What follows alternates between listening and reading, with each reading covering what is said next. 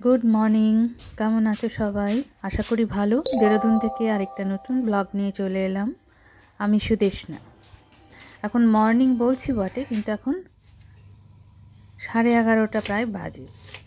রান্নাঘরে চলে এসেছি। আজকে সামান্য কিছু রান্না করব, ভাবছি আজকে সিদ্ধ ভাতই রান্না করব।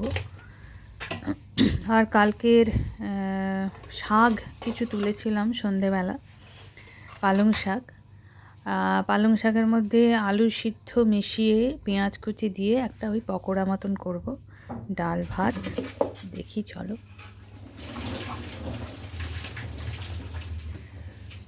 আলু যখন সিদ্ধ দিলাম তখন ভাবলাম যে কটা করলাই সিদ্ধ দিয়ে দিই, সেই জন্য দুটো করলাও সাথে সিদ্ধ দিয়ে দিয়েছিলাম।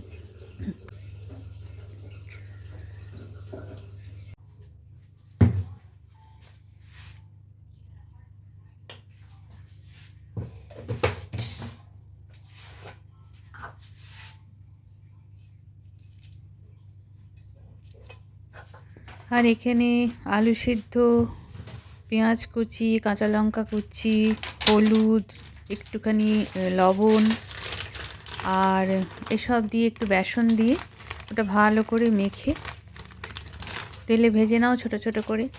দারুণ লাগে কিন্তু শীতের দুপুরে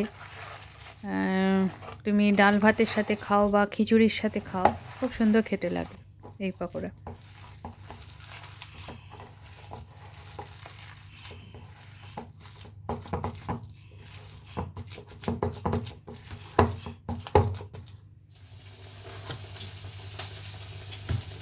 আর এখানে আলু করলা সিদ্ধ একসাথে মেখে রাখলাম একটু সর্ষের তেল দিয়ে।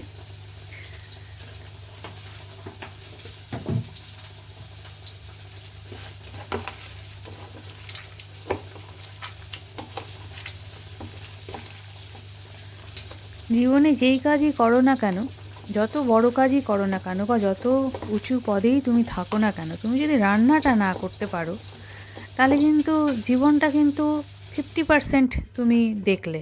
কারণ যে রান্না করতে পারে, বিভিন্ন পদ বেঁধে নিজে খেতে পারে, নিজের থালা তৈরি করতে পারে, খাবারের থালা বা অন্য কাউকে খাওয়াতে পারে, এর থেকে আনন্দদায়ক বোধহয় আর কিছু হয় না। কারণ আমি যদি নিজের রান্নাটাই না নিজে করতে পারি, তাহলে তো আর কিছু বলার নেই। তাই আমি অনেককেই বলি, আমার মেয়েকেও বলি যে হ্যাঁ রে, কিছু করিস না করিস অন্তত রান্নাটা ভালো করে শেখ। রান্নাটা ভালো করে শিখলে কিন্তু অনেকে হ্যাপি হবে এবং তুইও হ্যাপি হবি তার সাথে সাথে।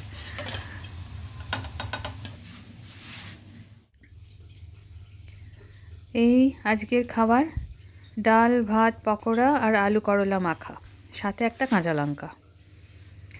আর তাহলে রাখছি আজকে। ভালো থেকো তোমরা, সুস্থ থেকো। আবার কালকে একটা নতুন ব্লগ নিয়ে হাজির হয়ে যাব। আর সাবস্ক্রাইব করো, সাবস্ক্রাইব না করলে যে আমরা এগোতে পারছি না। টাটা, বাই বাই, ভালো থেকো।